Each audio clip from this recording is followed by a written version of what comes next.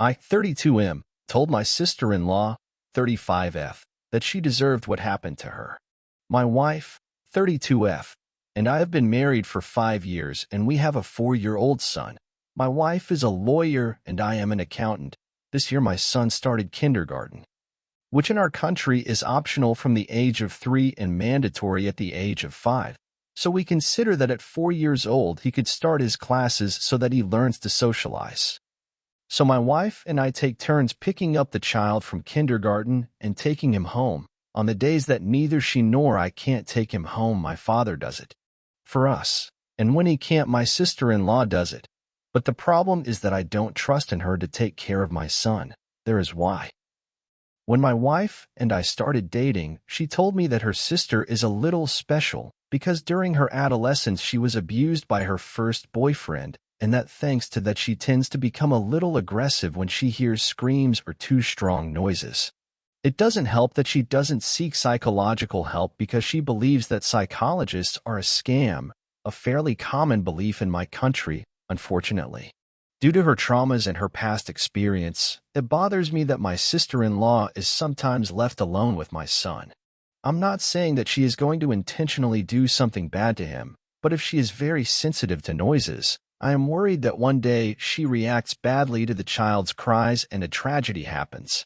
This is a concern that I have told my wife before and that she understands, which is why her sister is always the last option to pick up our son. Anyway, she has always told me that her sister is a good person and that she would never hurt our kid. Everything was going well until yesterday. I got home late because it was tax filing time at my company, and I see my wife arguing with her sister in a low voice but in a quite aggressive tone. I went to look for my child, but my wife stopped me. She told me that he is fine, that he is sleeping. I told her that I will still go and greet him, but she insisted. Her sister said a little afraid that she'd better leave now. I started to get suspicious, so I didn't listen to my wife, and I went to see my child. Directly, when I saw him, he was in his room crying and with a small wound on his cheek. From that moment on, everything went downhill. I ran out to follow my sister-in-law, knowing that she went to pick up the child that day. She saw me and got scared.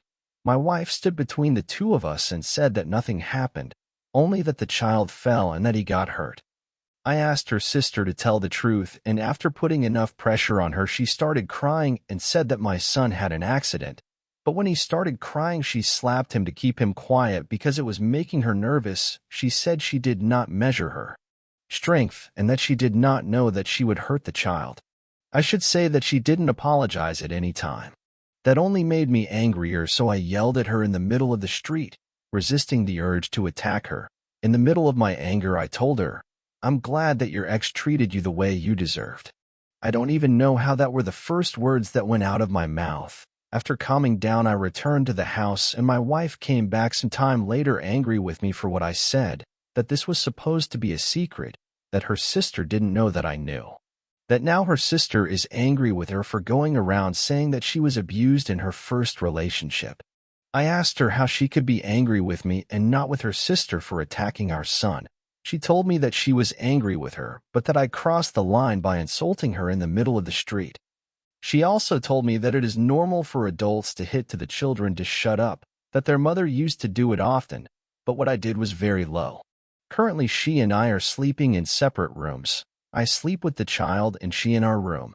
She tells me that I should at least apologize to her sister, and I told her that I am not going to apologize until my son is cured. And her sister better hope the boy doesn't get a scar from this.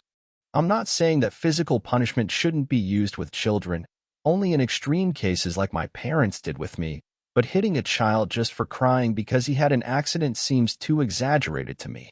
Now I'm a little calmer and maybe I did go a little overboard, but I'm not willing to apologize until my son receives an apology first. Or should I take the first step and apologize to my sister-in-law first?